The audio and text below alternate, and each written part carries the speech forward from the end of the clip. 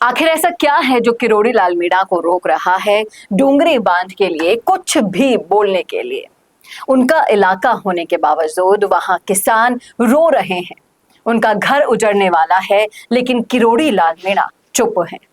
क्या है इस चुप्पी की वजह, बताएंगे आपको सब कुछ डिटेल में इस वीडियो में, इसलिए बने रहेगा आखिर तक हमारे साथ। नमस्कार, मैं हूं चेतना शर्मा। आप देखना शुरू कर चुके हैं संवाद भारत का, भारत के लिए, और इस मुद्दे पर खास बातचीत करने के लिए मेरे साथ मौजूद हैं हमारे editor in chief Varun Bhansali ji. तो वरुण सर, जिस तरीके से डुंगरी बांध का विरोध तेजी से बढ़ता जा रहा है, और अगर आप जाकर सोशल मीडिया पर देखें तो तमाम तरह के वीडियोस ये सोचने पर मजबूर कर देते हैं कि इतने सालों के बाद अब वो गांव उजड़ जाएंगे। जल संकट को दूर करने के लिए आपको किसानों को उजाड़ना क्यों जरूरी लग रहा है? आप इसका कोई अल्टरनेट क्यों नहीं ढूंढ पा रहे हैं? सरकार से ये जनता सवाल कर रही है, लेकिन इससे भी बड़ा सवाल ये है कि किरोड़ी लाल मीणा क्यों चुप है? देखिए, बहुत सीधे और सादे शब्दों में जो आपने सवाल पूछा है कि किरोड़ी लाल मीणा क्यों चुप है, कौन उन्हें रोक रहा है डोंगरी बांध के मुद्दे को उठाने के लिए, तो सबसे सरल और सटीक जवाब उसका यही है कि सत्ता और सत्ता का अनुशासन किरोड़ी लाल मीणा को रोक रहा है। बंदिशें कि आप ऐसी पार्टी में हो जो आज पूरी दुनिया की सबसे बड़ी पार्टी है, उस पार्टी से दगा करना आपके करियर को खराब कर सकता है, जैसे कि वसुंधरा राजे के करियर को खराब किया गया। ये चीज रोक रही है किरोड़ी लाल मीणा को, और कहीं ना कहीं किरोड़ी लाल मीणा और उनके समर्थक, आप ये समझिए, एक जवाब भी देना चाहते हैं केंद्र सरकार को भी, राज्य सरकार को भी, कि लेके तो मैं आया था, मीणा भी लेकर आया था, गुर्जर भी लेकर आया था, ईस्टर्न राजस्थान भी लेकर आया था आपके लिए, लेकिन आपने क्या कर दिया उनके साथ, उसकी वजह से आप देखिए क्या कुछ हो रहा है। ये जवाब देना जरूरी है। अब इस बात को समझिए, अगर हम इस बात को पूरी क्रोनोलॉजी के साथ समझें कि किरोड़ी लाल मीणा कौन सा जवाब देना चाह रहे हैं, तो उस क्रोनोलॉजी को समझना बहुत जरूरी है। किरोड़ी लाल मीणा ने पूर्ववर्ती गहलोत सरकार के कार्यकाल में अकेले के दम पे विपक्ष की भूमिका निभाई, और उस पूरे सरकार के कार्यकाल में ये साबित कर दिया कि अगर कोई मीणाओं के लिए, गुर्जरों के लिए, ईस्टर्न राजस्थान के लिए काम कर सकता है, तो वो मैं और भारतीय जनता पार्टी है, या फिर दूसरे शब्दों में कहे तो मेरे नेतृत्व में भारतीय जनता पार्टी है। ये साबित करने के लिए ज्यादा कुछ करने की जरूरत नहीं पड़ी, क्योंकि अकेले वो विरोध कर रहे थे तो समझ में आ रहा था कि वही अगर पीड़ा समझ रहे हैं तो उन्हीं के नेतृत्व में काम होगा, और लोगों ने भी यही सोच के वोट दिए कि अगर इनको वोट देते हैं तो मुख्यमंत्री किरोड़ी लाल मीणा बन जाएंगे। अब हुआ ये कि लोगों की भावनाएं वो थी जिसके बिल्कुल विपरीत काम हो गया। किरोड़ी लाल मीणा मुख्यमंत्री छोड़िए, उप मुख्यमंत्री छोड़िए, बड़ा मंत्रालय छोड़िए, कुछ भी नहीं मिला उनको। अब उसके फलस्वरूप हुआ क्या, उन्होंने बोल के देख लिया, कोई फर्क नहीं पड़ा, समर्थकों ने विरोध करके देख लिया, कोई फर्क नहीं पड़ा।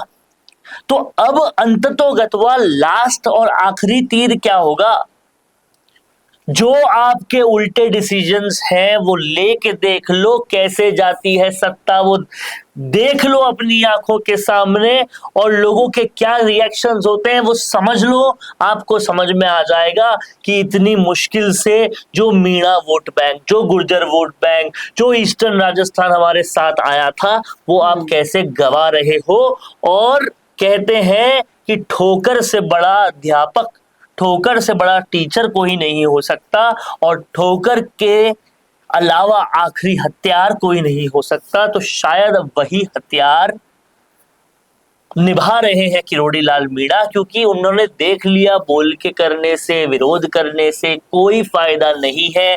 सारे सबूत जुटा के दे दिए थे एसआई भर्ती में, कुछ नहीं हुआ, तो उनको समझ में आ गया कि ऐसे कुछ नहीं होना। अब जहां तक बात है डुंगरी बांध की, तो किरोड़ी लाल मीणा को जितना मैं जानता समझता हूं, दुख दर्द उनके जहन में होगा बहुत, लेकिन अब करें तो करें क्या। पहली बात तो वो नाराज है, मुल्जिम करार पहली बात तो वो नाराज है सत्ता से जो कुछ सुन नहीं रही। दूसरी बात वो नाराज कहीं ना कहीं समर्थकों से भी है जिनसे उन्होंने समय समय पर वोट मांगे अपने आप को सिद्ध करने के लिए। ईआरसीपी के नाम पर किरोड़ी लाल मीणा सरकार तो ले आए, लेकिन भजनलाल शर्मा की सरकार और ईआरसीपी की वो योजना उल्टी ना पड़ जाए। क्या आपको नहीं लगता कि इसका क्रेडिट ले जाए सरकार? मैं कह रहा हूँ कि वो चाहते हैं कि उल्टी पड़े। अगर उल्टी पड़ेगी तभी तो समझ में आएगा कि हमने क्या कर दिया। ये अनुभवी लोग नहीं लाए कैबिनेट में, आपने ब्यूरोक्रेसी को पूरी तरह से कंट्रोल में रखे ऐसे लोग नहीं लाए आप, तो फिर जो हो रहा है वो होने दो, बर्बादी अपनी देखने दो, समझ में आएगा कि गलती कहाँ की, तब देखेंगे।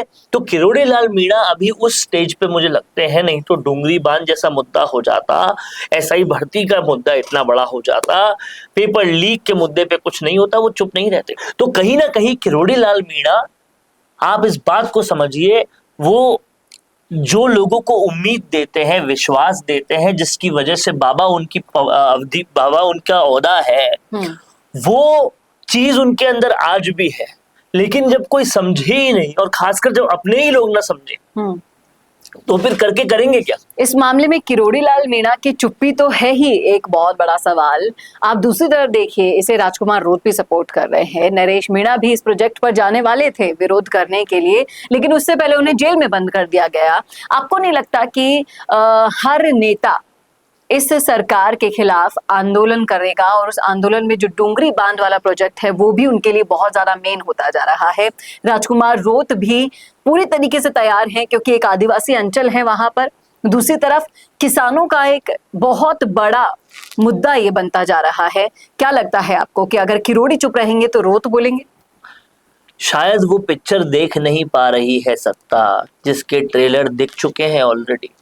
जोजरी बांध में जो जोजरी नदी के लिए जो आंदोलन हो रहा था, उसमें जो भीड़ आई, उसके नजारे भर से अगर ट्रेलर नहीं समझ में आए, एसआई भर्ती पर बेनीवाल के पास जो भीड़ आई, उसके नजारे भर से अगर उनको ट्रेलर नहीं समझ में आए, बिना किसी संसाधन के, बिना किसी सरकारी प्रेशर के इतनी भीड़ जमा हो रही है, आपको नहीं समझ आया, तो फिर शायद आपको नहीं समझ आएगा कि जब ये डुंगरी बांध का मुद्दा होगा और उसमें एक हनुमान बेनीवाल नहीं बल्कि नरेश मीणा, राजकुमार रोत जैसे और लोग आएंगे, जो एक एक आदमी हजारों लाखों की भीड़ लाने की मादा रखता है, तो फिर कैसा माहौल हो जाएगा सत्ता के खिलाफ, ये शायद समझ में नहीं आ रहा है।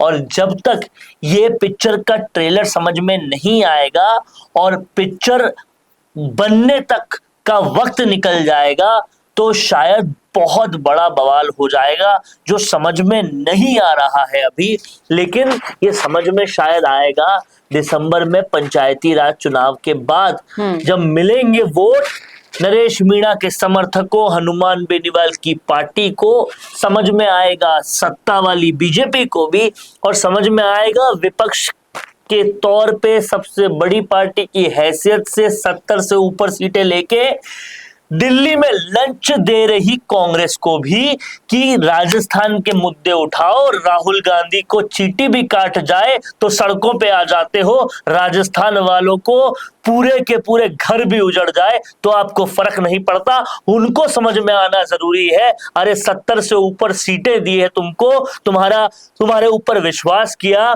सबसे बड़ा विश्वासघात तो वही कर रहे हैं जिस सचिन पायलट को, आप समझिए, जिस सचिन पायलट पे आंख बंद करके विश्वास करते थे लोग, जो सचिन पायलट अपनी सत्ता में, कांग्रेस की सत्ता में अजमेर से जयपुर पदयात्रा करने के लिए निकल गए, वो सचिन पायलट डुंगरी बांध के मुद्दे पे चुप है, वो सचिन पायलट एसआई भर्ती पे चुप है।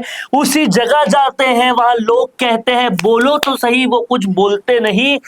क्या लोगों को नहीं समझ में आएगा क्यों सांप सूंघ रहा है 70 से ऊपर सीटें देने वाले विपक्ष को? जी, और कहीं ना कहीं इन सब चीजों के लिए ये पंचायती राज चुनावों वाला झटका लगना इन दोनों पार्टियों को भी जरूरी है, तभी किरोड़ी लाल मीणा की चुप्पी का जवाब भी बिना दिए मिल जाएगा सरकार को। और इस मामले में राजकुमार रोड का क्या स्टैंड होता है, क्या नरेश मीणा जेल से बाहर आकर इस मुद्दे को और अपने लिए भुनाने की कोशिश करेंगे, ये सारी बातें, इन सारे सवालों के जवाब तो आने वाले वक्त के गर्भ में, भविष्य के गर्भ में स्थित है। आप बताइएगा कि आप क्या सोचते हैं इन सवालों आप के इस जवाब में। बात को समझिएगा कि जब किरोड़ी लाल मीणा से उनके पीड़ा जब वो बताते हैं, उनकी आवाज जब वो उठाते थे, तो शायद बड़ी बड़ी सत्ता में बैठे हुए लोग पूछते थे आप कौन।